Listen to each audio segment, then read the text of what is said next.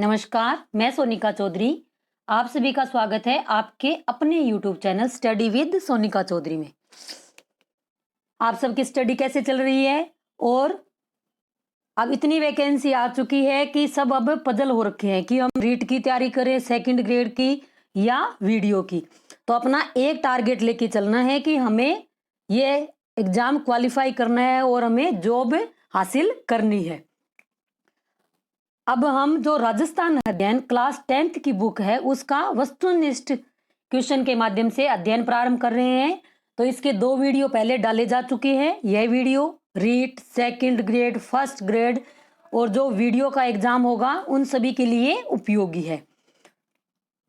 अब राव चंद्रसेन ने अकबर की अधीनता कब स्वीकार की? राव चंद्रसेन कौन था? जो मालदेव के शासक थे उनका सबसे छोटा पुत्र कौन था? राव चंद्रसेन था। तो इसने अकबर की अधीनता कब स्वीकार की? कभी भी स्वीकार नहीं की। अब ये जो 1570 में अकबर ने क्या किया था? नागौर दरबार लगाया था। उसमें जो ये राव मालदेव है ये भी उपस्थित हुए थे। इनके 2 भाई थे। कौन थे? एक तो राम और दूसरे का नाम था उदय सिंह। ये दोनों भी उपस्थित हुए थे, लेकिन जो अकबर का झुकाव है वो किसकी तरफ था? जो ये राव चंद्रसेन के भाई है राम और उदय सिंह की तरफ अधिक था। तो इन्होंने क्या किया? नागौर दरबार बीच में ही छोड़ के ये वहां चले गए। और जो ये नागौर दरबार था 1570 में, तो ये मारवाड़, बीकानेर, इन सब के लिए स्वतंत्रता की एक कड़ी हुई थी, क्योंकि इस समय बीकानेर का शासक कौन था? कल्याण सिंह। तो इसने भी अधीनता स्वीकार की थी। और मारवाड़ का शासक कौन था? उदय सिंह। मोटा राजा उदय सिंह ने भी क्या किया था? इनकी अधीनता स्वीकार की थी। किस अवधि में मुगल प्रशासन ने मारवाड़ को खालसा घोषित कर दिया था? अब किस शासन पीरियड में कर दिया था? टाइम पीरियड में किया था? तो जो 1581 से 1583 तक के बीच का टाइम है, इसमें क्या किया था? जो मारवाड़ है उसको खालसा घोषित कर दिया। खालसा का मतलब क्या है कि ये किसके अधीन आ गया है? अब मुगल साम्राज्य के अधीन मारवाड़ को कर दिया था। अब नेक्स्ट है, अकबर ने राव चंद्रसेन के भाई उदय सिंह को जोधपुर का शासक कब नियुक्त किया था? तो राव चंद्रसेन का भाई का नाम क्या था? उदय सिंह। तो उदय सिंह को कब बनाया था? तो 1583 ईस्वी में इसने जोधपुर का शासक उदय सिंह को नियुक्त कर दिया था। किसने किया था? अकबर ने। मोटा राजा उदय सिंह ने अपनी पुत्री जोधाबाई का विवाह किससे किया था? बीकानेर के राय सिंह के साथ, मुगल सम्राट अकबर के साथ, अकबर के पुत्र जहांगीर के साथ, या मिर्जा राजा जय सिंह के साथ? तो मोटा राजा उदय सिंह की पुत्री का क्या नाम था? जोधाबाई, जिसका मूल नाम क्या था? जगत गोसाई। तो उसका विवाह किसके साथ किया था? अकबर के पुत्र जहांगीर के साथ किया था। जोधाबाई का वास्तविक नाम क्या था? जो उदय सिंह की पुत्री थी उसका वास्तविक नाम क्या था? उसका वास्तविक नाम जगत गोसाई था। क्या नाम था? जगत गोसाई नाम था। खुर्रम, जो शाहजहां किस रानी से उत्पन्न हुआ था? जो खुर्रम है वो किससे उत्पन्न हुआ था? मोटा राजा उदय सिंह की पुत्री से उत्पन्न हुआ था। जो जगत गोसाई थी उसी का ये पुत्र था। अपनी पुत्री का विवाह जहांगीर से करने पर अकबर को मोटा राजा उदय सिंह को कितनी मनसबदारी दी थी? यानी जो मोटा राजा उदय सिंह है उसको कितनी मनसबदारी दी थी? 1000 की मनसबदारी दी। मनसबदार का एक ये पद होता था। तो कितने हजार का मनसब दिया था? तो 1000 का मनसब इसको दिया था। महाराजा जसवंत सिंह प्रथम के राज्याभिषेक के समय उनकी आयु कितनी थी? जो महाराजा जसवंत सिंह है जब उस समय उनका राज्याभिषेक हुआ था तब उनकी आयु कितनी थी? तो वो उनकी आयु मात्र 11 वर्ष की थी। अब नेक्स्ट है, शाहजहां ने महाराजा जसवंत सिंह प्रथम को राज्याभिषेक के अवसर पर कितना जात और सवार का मनसब दिया था? तो कितने का दिया था? 4000 का मनसब दिया था। अब नेक्स्ट है, महाराजा जसवंत सिंह को मुगलों की ओर से आगरा का प्रबंध कब सौंपा गया था? तो जसवंत सिंह को आगरा का प्रबंध कब बनाया गया था? 1645 ईस्वी में बनाया गया था। अब नेक्स्ट है, महाराजा जसवंत सिंह को मुगलों द्वारा कंधार अभियान पर कब भेजा गया था? अब जसवंत सिंह उसको कांधार अभियान पर भेजा गया था। तो कब भेजा गया था? 1648 ईस्वी में भेजा गया था। अब नेक्स्ट है, मुगल उत्तराधिकारी युद्ध में महाराणा जसवंत सिंह ने किसका साथ दिया था? तो किसका साथ दिया था? दारा सिकोहे का साथ दिया था। तो मुगल सेना थी वो किसके अधीन थी? दारा के अधीन थी। तो जो जसवंत सिंह है वो भी क्या थे? मुगलों के अधीन थे। इन्होंने किसका साथ दिया था? तो दारा सिकोहे का इन्होंने साथ दिया था। अब नेक्स्ट है, औरंगजेब के विरुद्ध धर्मत के युद्ध में महाराजा जसवंत सिंह व दारा की हार क्यों हुई थी? तो धर्मत का युद्ध था, इसमें मुगल सेना की पराजय हुई थी और औरंगजेब की विजय हुई थी। क्यों हुई थी? क्योंकि जो कासिम खान था इसने क्या किया था? इस युद्ध में मुगल सेना के साथ विश्वासघात किया था। इस कारण क्या हुआ? औरंगजेब की विजय हुई थी। किस महारानी ने अपने राजा के युद्ध में हार कर लौटने पर महल के दरवाजे नहीं खोले? तो जसवंत सिंह प्रथम थे, उनकी रानी करमेती थी। तो इन्होंने क्या किया? जब धर्मत के युद्ध में ये हार के आए थे तब इन्होंने महल के दरवाजे क्या कर दिए थे? बंद कर दिए थे। बाद में इनकी मां ने इसको समझाया, तब उसके बाद इन्होंने इसके दरवाजे खोले और जसवंत सिंह ने कहा था कि मैं वापस जीत के आऊंगा। इस बात पर बाद में इन्होंने दुर्ग के दरवाजे खोल दिए थे। मुहणोत नैणसी किस राठौड़ नरेश के शासन मंत्री थे? तो किस शासक के मंत्री थे? महाराजा जसवंत सिंह के प्रथम के ये शासन मंत्री थे और ये एक कवि भी थे। मारवाड़ रे परगनारी विगत ख्यात के लेखक कौन है? जो मारवाड़ रे परगनारी विगत ख्यात है उसके लेखक कौन है? तो उसके लेखक है मुहणोत नैणसी। अब नेक्स्ट है, महाराजा जसवंत सिंह ने खजुआ के मैदान में औरंगजेब के शाही डेरे को कब लूटा था? तो कब लूटा था? 1659 में लूटा था। अब नेक्स्ट है, भाषा भूषण ग्रंथ की रचना किसने की थी? जो भाषा भूषण ग्रंथ है उसकी रचना किसने की थी? महाराजा जसवंत सिंह ने इसकी रचना की थी। औरंगजेब ने महाराजा जसवंत सिंह को शिवाजी के विरुद्ध शाइस्ता खां के साथ कब भेजा था? शिवाजी के विरुद्ध औरंगजेब ने काफी अभियान किए थे, तो उसमें महाराजा जसवंत सिंह को भी भेजा गया था। तो कब भेजा था? 1662 में इनको भेजा गया था। किसके साथ? शाइस्ता खां के साथ भेजा गया था। औरंगजेब द्वारा महाराजा जसवंत सिंह को काबुल कब भेजा गया था? अब काबुल कब भेजा? 1673 में। जो औरंगजेब था वो क्या था? जसवंत सिंह से काफी भयभीत रहता था, तो इसने कभी भी इसको दिल्ली और आगरा में के पास में नहीं रहने दिया। जो मुगल साम्राज्य का जो बाहर का एरिया था, हमेशा इनकी नियुक्ति कहाँ होती थी? वहीं बाहर की साइड में ये करता था। अब नेक्स्ट है, और जब इसकी मृत्यु हुई थी तो क्या कहा था इसने औरंगजेब ने कि आज कुफ्र का घर इस्लाम का हो गया है। और लेकिन जब इसकी औरंगजेब की पत्नी थी तो राबिया दुरानी, उसको पता चला तो उसने क्या कहा था कि आज मुगल साम्राज्य का एक स्तंभ टूट गया है। अब नेक्स्ट है, राव बीका ने बीकानेर नगर कब बसाया था? जो राव बीका थे उन्होंने बीकानेर कब बसाया था? 1488 ईस्वी में बसाया था। और बीकानेर का स्थापना दिवस किस तिथि को आता है? जो अक्षय तृतीया जिसे हम आखा तीज भी कहते हैं, इस दिन इसका स्थापना दिवस बनाया जाता है। कब है और स्थापना कब की थी? 1488 ईस्वी में की थी। राव बीका ने किससे विवाह करके जंगल प्रदेश में अपनी स्थिति को मजबूत किया था? राव बीका ने किससे शादी की थी? तो जो पुंगल के राव शेखा की पुत्री थी उससे विवाह किया था। बाद में इनकी स्थिति क्या होगी थी? मजबूत होगी। अब जंगल प्रदेश है उसमें कौन कौन से भाग आते हैं, ये आप आंसर कमेंट बॉक्स में बताएंगे। अगर वीडियो अच्छा लगा है तो लाइक करें, शेयर करें और चैनल को सब्सक्राइब करें और पास में जो बेल आइकन है उसको भी प्रेस करें ताकि आने वाले हर वीडियो का नोटिफिकेशन आपको मिलता रहे। अब नेक्स्ट है, बीकानेर के देशनोक का प्रसिद्ध करणी माता का मंदिर किसने बनवाया था? करणी माता का मंदिर है, इसको चूहों का भी मंदिर बोला जाता है क्योंकि इसमें बहुत चूहे हैं और उन चूहों को क्या कहा जाता है? काबा बोला जाता है। तो ये जो मंदिर है करणी माता का, इसका निर्माण किसने करवाया था? जो बीकानेर की स्थापना किसने की थी? 1888 में। 1488 में राव बीका ने, तो इन्होंने क्या किया था? करणी माता का ये मंदिर बनवाया था। अब नेक्स्ट है, राव लूणकरण के किस शासक को पराजित किया था? जो राव लूणकरण है इन्होंने किस शासक को पराजित किया था? जो सोजत के शासक वीरम देव थे इनको पराजित किया था। अब नेक्स्ट है राव लूणकर्ण का दोषी का युद्ध किसके साथ हुआ जिसमें लूणकर्ण को पराजित किया गया था। यानी अब जो लूणकर्ण है उसका का दोषी का युद्ध हुआ था तो किसके साथ हुआ था, तो यह युद्ध नारनौल के शासक अभिमीरा के साथ हुआ था। जो नारनौल का शासक था उसके साथ इनका ये युद्ध हुआ था। अब नेक्स्ट है डोसी का युद्ध कब हुआ था, तो डोसी का युद्ध कब हुआ था, 1526 ईस्वी में ये युद्ध हुआ था। अब नेक्स्ट है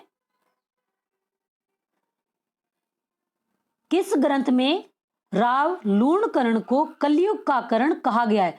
जो राव लूणकर्ण है इनको क्या कहा गया है, कलयुग का कर्ण कहा गया है। किसमें कहा गया है, बिटू सुजारा का राव जेठ सिरोचंद में क्या कहा गया है, राव लूणकर्ण को कलयुग का कर्ण कहा गया है। अब नेक्स्ट है लूणकरणसर झील का निर्माता किसे माना जाता है। जो लूणकर्ण झील है लूणकर्ण में ही है, ये बीकानेर की एक तहसील है, तो इसमें ये लूणकरणसर झील है। तो इसका निर्माता किसे माना जाता है, राव लूणकर्ण को इसका निर्माता माना जाता है। अब नेक्स्ट है किस ग्रंथ में बीकानेर के लूणकर्ण की तुलना दानवीर कर्ण से की गई है। अब किस ग्रंथ में की गई है, करमचंद्र वर्षो कीर्तने काव्यम। इसमें क्या है, लूणकर्ण की तुलना दानवीर कर्ण से की गई है। कौन सा है, करमचंद्र वंशोत कीर्तन काव्यम में इसकी तुलना किससे की गई है, बीकानेर के लूणकर्ण की। कर्ण दानवीर जो कर्ण है, कर्ण जो महाभारत युद्ध में था उससे इसकी तुलना की गई है। अब नेक्स्ट है राव जेठसिरोचंद के अनुसार बीकानेर के किस शासक ने सन 1534 में हुमायूं के भाई कामरान को पराजित किया था।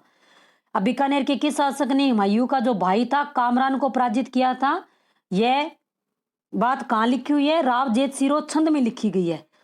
तो इसके जो रचयिता है वो कौन है, राव जेठसी है। अब नेक्स्ट है साहेबा या पाहेबा जोधपुर का युद्ध किन के मध्य हुआ था। तो साहेबा और पाहेबा का युद्ध है वो किन के मध्य हुआ था, तो राव जेठसी व राव मालदेव के मध्य यह युद्ध हुआ था। अब नेक्स्ट है साहेबा या पाहेबा का युद्ध कब हुआ था, तो कब हुआ था यह युद्ध, 1542 ईस्वी में यह युद्ध हुआ था। जब 1544 में गिरी सुमेर का युद्ध हुआ तब बीकानेर नरेश राव कल्याण मल ने किसकी ओर से और किसके खिलाफ युद्ध में भाग लिया था। तो शेरशाह की ओर से और राव मालदेव के खिलाफ भाग लिया था। जो गिरी सुमेर का युद्ध हुआ है वो क्या हुआ था, जनवरी 1544 में हुआ था। इस युद्ध में क्या है कि जो शेरशाह था उसकी बहुत मुश्किल से विजय हुई थी। तो इस युद्ध के लिए इसने क्या कहा था कि मैं एक मुट्ठी भर बाजरे के लिए हिंदुस्तान की बादशाह हमेशा के लिए खो देता। और जो ये बीकानेर का कल्याण सिंह था ये किसकी ओर से इसने भाग लिया था, शेरशाह की ओर से ये भाग लिया था। और किसके खिलाफ लिया था, जो मारवाड़ के शासक थे मालदेव, इनके खिलाफ इन्होंने ये भाग लिया था। अब नेक्स्ट है मुगलों के अधीनता स्वीकार करने वाला पहला राठौड़ शासक कौन था। तो राठौड़ों का क्या किया था, कल्याण किया था। एक मात्र ये ट्रिक है, अन्यथा नहले कि जो राठौड़ है उनमें सबसे पहले किसने अधीनता स्वीकार की थी, जो कल्याणमल था उसने स्वीकार की थी। बेली किशन रुक्मणी री नामक ग्रंथ के रचयिता कौन है। जो बेली कृष्ण रुक्मणी ग्रंथ है इसके रचयिता कौन है, पृथ्वीराज राठौड़। इसको ये किस भाषा के लेखक है, ये डिंगल भाषा के, इनको डिंगल का हेराल्ड भी बोला जाता है। यह प्रश्न सेकंड ग्रेड में पूछा हुआ है जीके में। तो बेली कृष्ण रुक्मणी की रचना किसने की थी, पृथ्वीराज राठौड़ ने की थी। अब नेक्स्ट है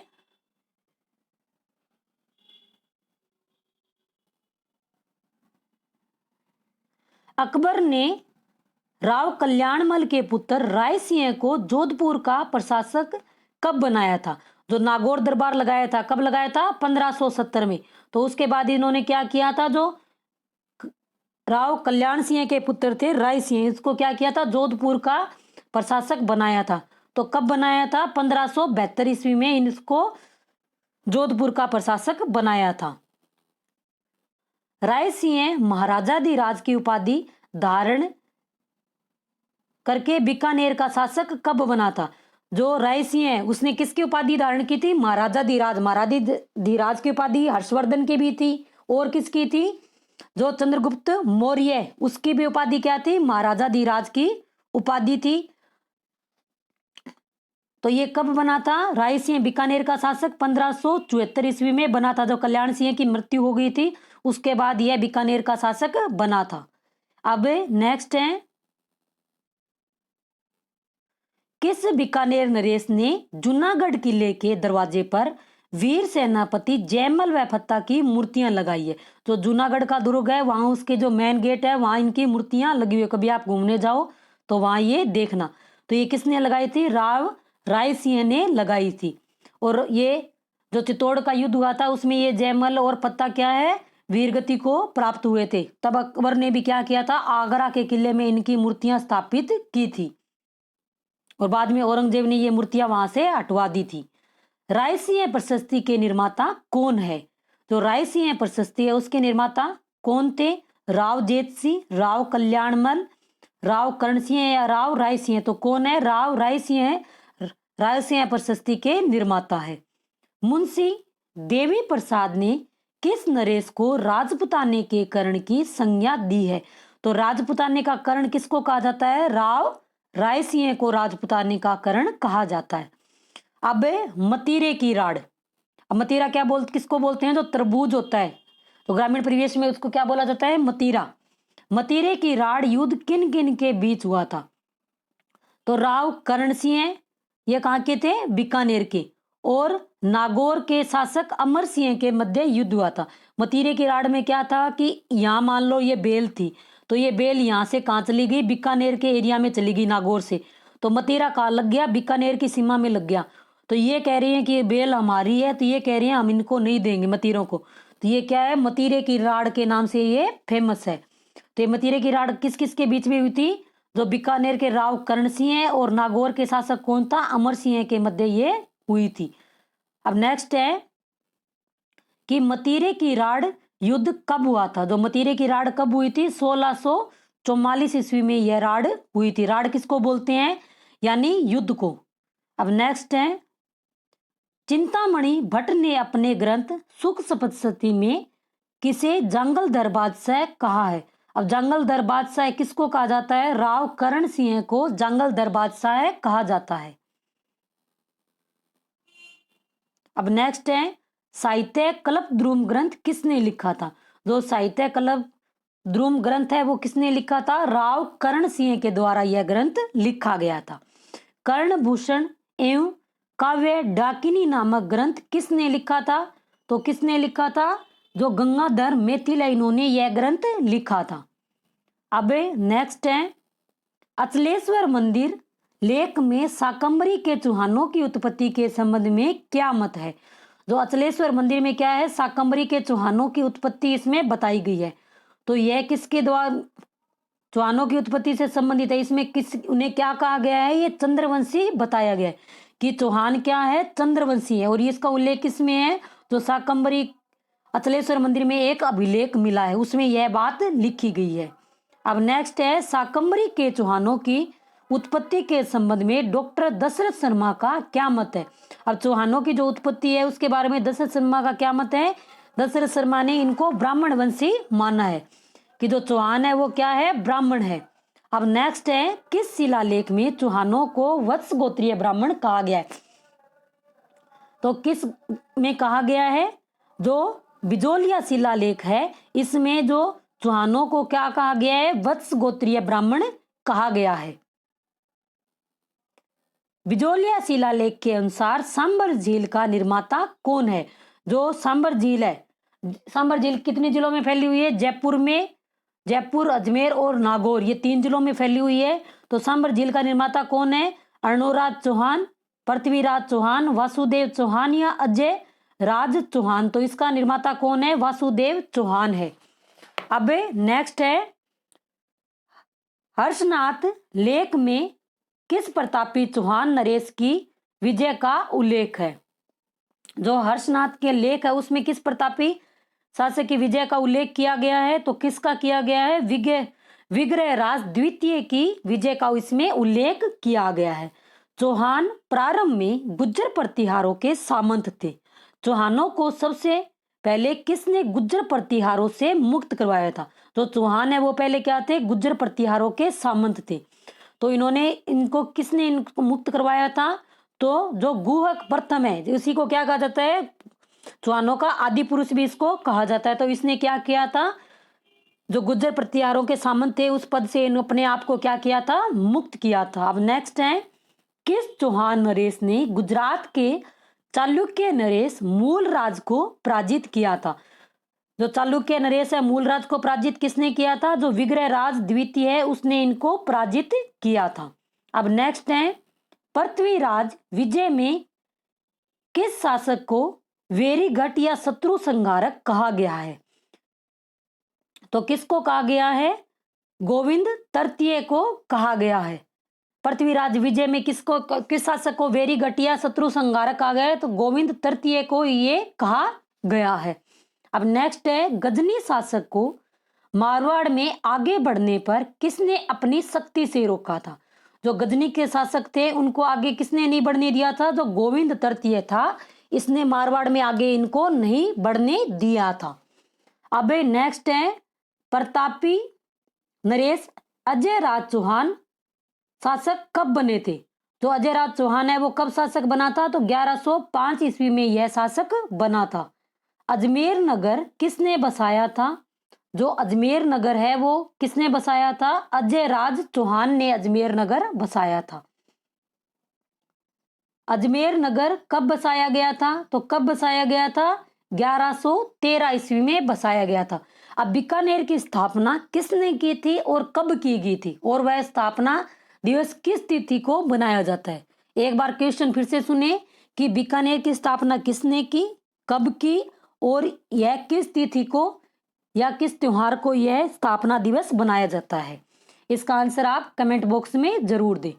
अजमेर नगर कब बसाया गया था? 1113 ईस्वी में अजमेर नगर बसाया था। किसने बसाया था? अजय राज चौहान ने यह नगर बसाया था। अब नेक्स्ट है, अजय राज चौहान अजय प्रिय दम क्या है?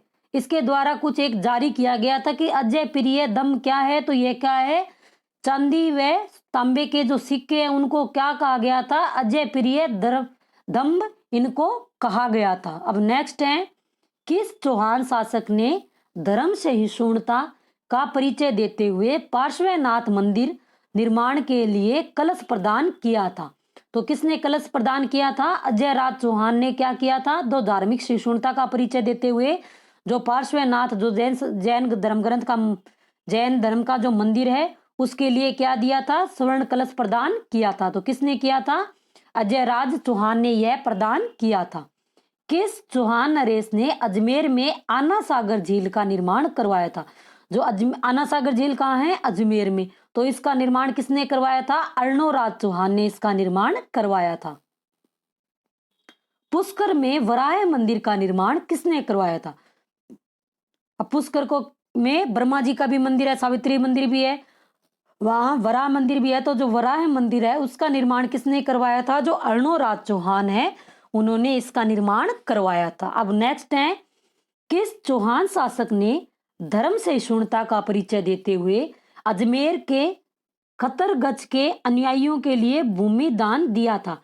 तो किसने दिया था? अर्णोराज चौहान थे। इन्होंने जो अजमेर के खतरचंद अनुयायी थे उनको क्या की थी? भूमि दान में दी थी।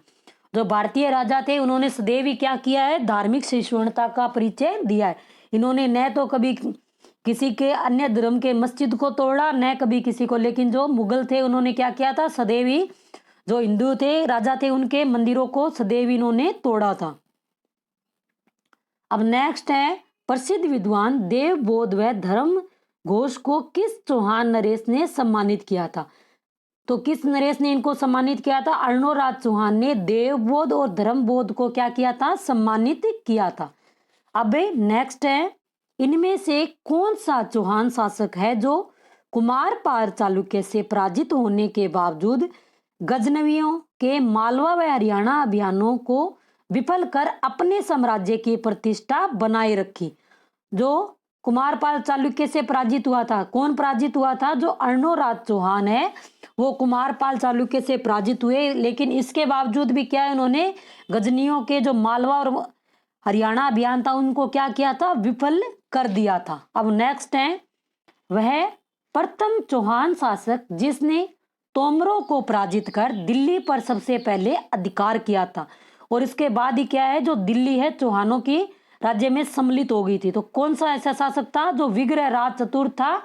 यह जो चौहानों का सबसे शक्तिशाली शासक माना जाता है। इसने क्या किया था? जो प्रथम चौहान शासक इसको माना जाता है जिसने तोमरों से तोमर जो दिल्ली में उस समय किसका शासक था? जो तोमर राज था, तो उनको पराजित किया और दिल्ली पर अपना अधिकार स्थापित कर लिया था।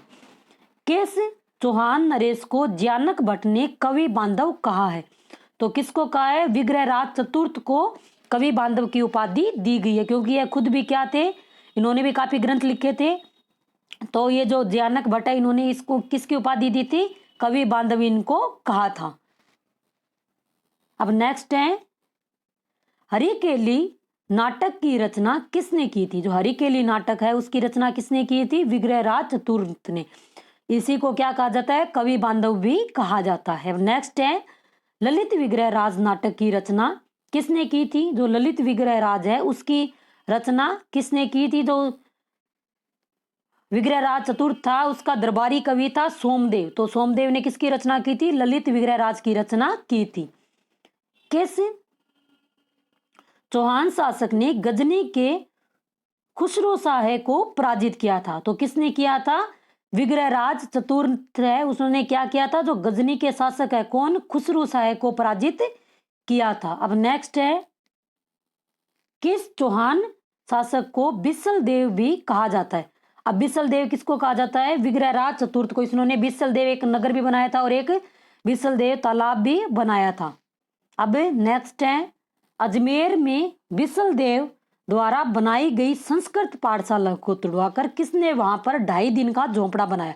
बिसल देव है उसने क्या किया था? जो एक संस्कृत पाठशाला बनवाई थी तो उसको तुड़वाकर वहां क्या बना दिया था? 2.5 दिन का झोंपड़ा बना दिया था।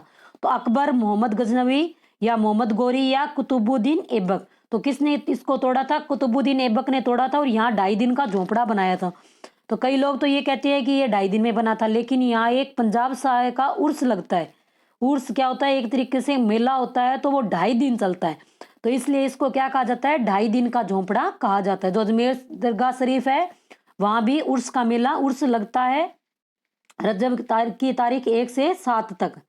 अब नेक्स्ट है, किस चौहान नरेश ने बिसल देव कस्बा बसाकर बिसलपुर झील का निर्माण करवाया था? तो किसने करवाया था? गोविंद तृतीय, विग्रहराज चतुर्थ, अर्णोराज या अजयराज चौहान। तो किसने किया था? जो विग्रहराज चतुर्थ है इन्होंने क्या किया था? बिसलपुर कस्बा बसाया था और बिसलपुर झील का भी निर्माण करवाया था। जो बनास नदी है उसके पास यही है बिसलपुर झील। इसी से क्या होती है? जयपुर को पानी की सप्लाई होती है। अब नेक्स्ट है, विग्रहराज चतुर्थ की प्रशंसा में किसने लिखा है कि वह उन हिंदू शासकों में से एक व्यक्ति था जो कालिदास और भवभूति की होड़ कर सकता है? विग्रहराज का समय सपादलक्ष का स्वर्ण युग था। तो यह कथन किस का है? तो यह कथन डॉक्टर दशरथ शर्मा, किलहोर्न ने या ज्ञानक ने या सोमदेव ने? तो यह कथन किसका है? किलहोर्न का यह कथन है। क्या कथन है? कि यह कालिदास और भवभूति की क्या कर सकता है? होड़ कर सकता है। यह एकमात्र शासक ऐसा है जो उनकी क्या कर सकता है? होड़ कर सकता है। होड़ यानी प्रतिस्पर्धा कर सकता है। विग्रहराज चतुर्थ की प्रशंसा करते हुए किसने लिखा है कि उसकी महत्ता निर्विवाद है? एक सेनाध्यक्ष के साथ साथ वह एक विजेता, साहित्य का संरक्षक, अच्छा कवि और सूझबूझ वाला निर्माता था। डॉक्टर दशरथ शर्मा, किलहोर्न, ज्ञानक या सोमदेव? तो यह किसने लिखा था? डॉक्टर दशरथ शर्मा ने यह कथन लिखा था। अब नेक्स्ट है, विग्रहराज चतुर्थ की प्रशंसा में किसने लिखा है कि जब विग्रहराज की मृत्यु हुई तो कवि बांधव की उपाधि क्या हो गई है? निरर्थक होगी, क्योंकि इस उपाधि को धारण करने की क्षमता और किसी में नहीं है। अब जो कवि बांधव है वो किसको कहा जाता है? सोमदेव।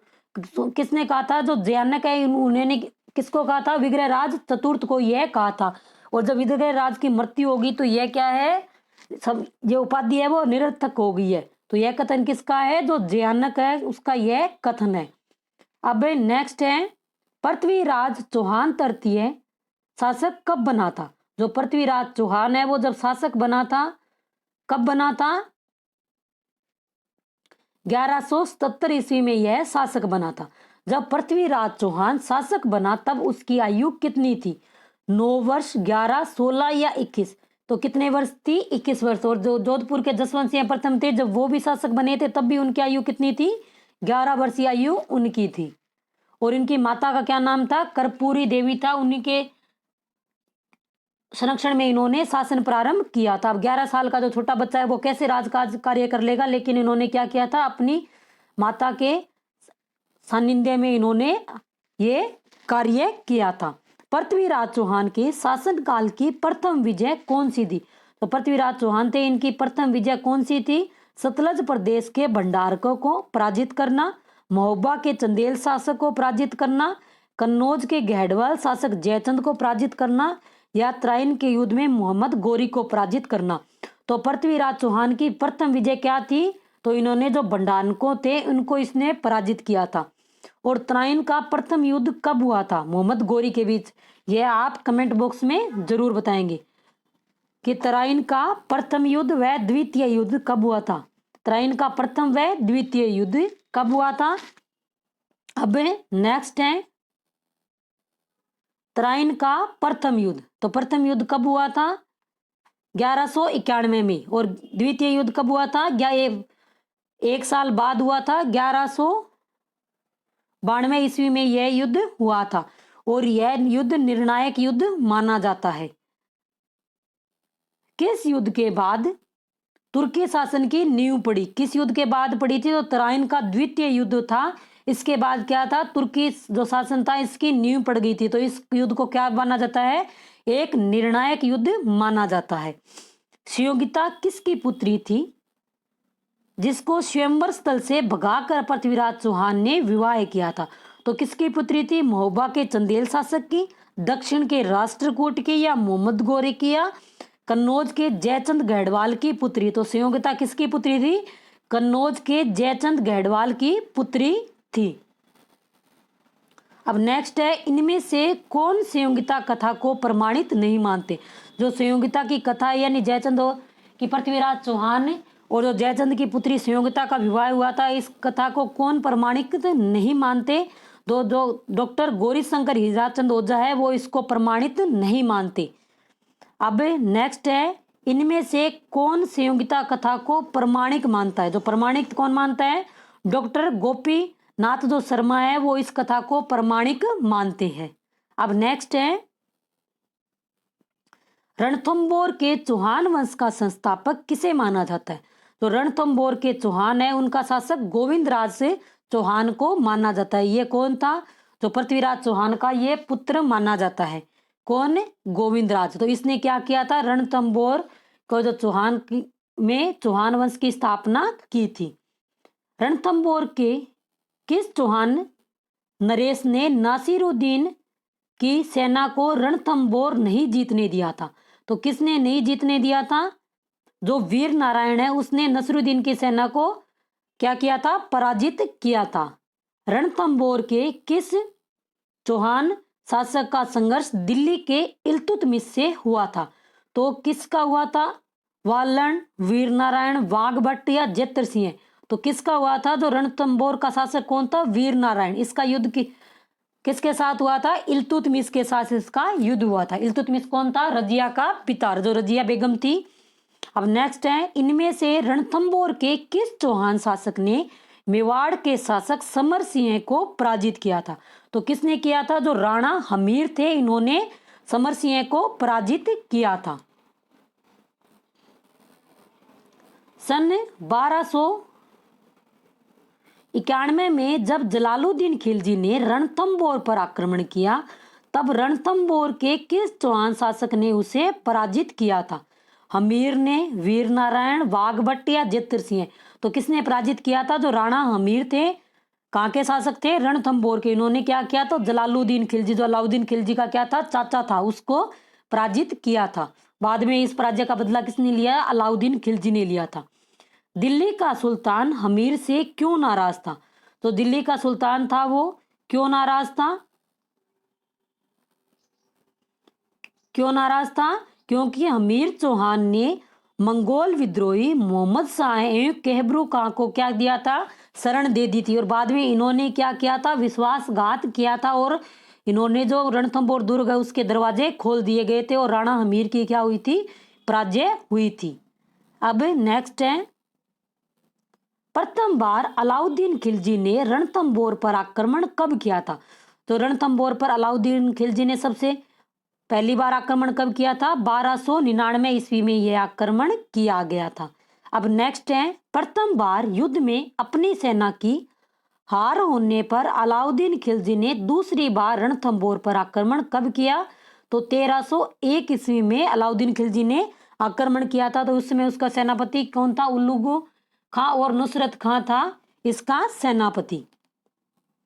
अब नेक्स्ट है, अपने किन सेनापतियों के विश्वासघात के कारण हमीर चौहान की हार हुई थी? जो हमीर थे उसके जो एक सेनापति थे, उन्होंने क्या किया था? विश्वासघात किया था। अलाउद्दीन ने उनको क्या कहा था कि मैं तुम्हें जीतने के बाद रणथंभौर का किला दे दूंगा, लेकिन बाद में उन्होंने उसके साथ भी विश्वासघात किया। बाद में इन दोनों की हत्या कर दी। कि तो ये कौन थे? रणमल व रत्तीपाल थे। अलाउद्दीन ने क्या कहा था कि जब तुम अपनी कौम के प्रति वफादार नहीं रह सके तो तुम हमारे प्रति वफादार कैसे रह सकते हो? तो इन्होंने, अलाउद्दीन खिलजी ने इन दोनों की हत्या कर दी। किसकी? रणमल और रत्तीपाल की। इन्होंने विश्वासघात किया था। इसी कारण क्या, जो हमीर चौहान थे उसकी क्या हुई थी? हार हुई थी। हमीर महाकाव्य ग्रंथ के रचनाकार कौन है? जो हमीर महाकाव्य है उसके रचनाकार कौन है? नैनचंद सूरी है। नैनचंद सूरी ने इसकी रचना की थी। हमीर रासों के रचनाकार कौन है? हमीर रासों के रचनाकार कौन है? जोधराज इसके रचनाकार है। हमीर हट के रचनाकार कौन है? तो हमीर हट के रचनाकार कौन है? चंद्रशेखर। चंद्रशेखर क्या करता है? हट करता है। तो चंद्रशेखर आजाद थे, उन्होंने क्या किया था? अंग्रेजों के विरुद्ध हट क्या किया था कि मुझे कभी भी जिंदा नहीं पकड़ा जा सकता। तो जो चंद्रशेखर है वो क्या है? हमीर हट लिखते हैं। यह एक ट्रिक है। तिरिया तेल हमीर हट चढ़े न दूजी बार पंक्ति किस प्रतापी नरेश से संबंधित है? जो तिरिया तेल हमीर हट चढ़े न दूजी बार, यह पंक्ति किसके लिए है? और जो राणा हमीर थे उनके लिए यह पंक्ति संबंधित है। जालोर के चौहानों का संस्थापक माना जाता है। जो जालोर का जो संस्थापक है वो किसको माना जाता है? कीर्तिपाल को। और जो रणथंभौर था उसका संस्थापक कौन था? गोविंद देव। और यहाँ कौन था? जालोर में क्या मिली है? कीर्ति मिली है। कीर्तिपाल ने जालोर में चौहान वंश की नींव कब रखी थी? तो कीर्तिपाल है उसने कब रखी थी? 1182 ईस्वी में इसकी नींव रखी थी। किसकी? जालोर में चौहान वंश की।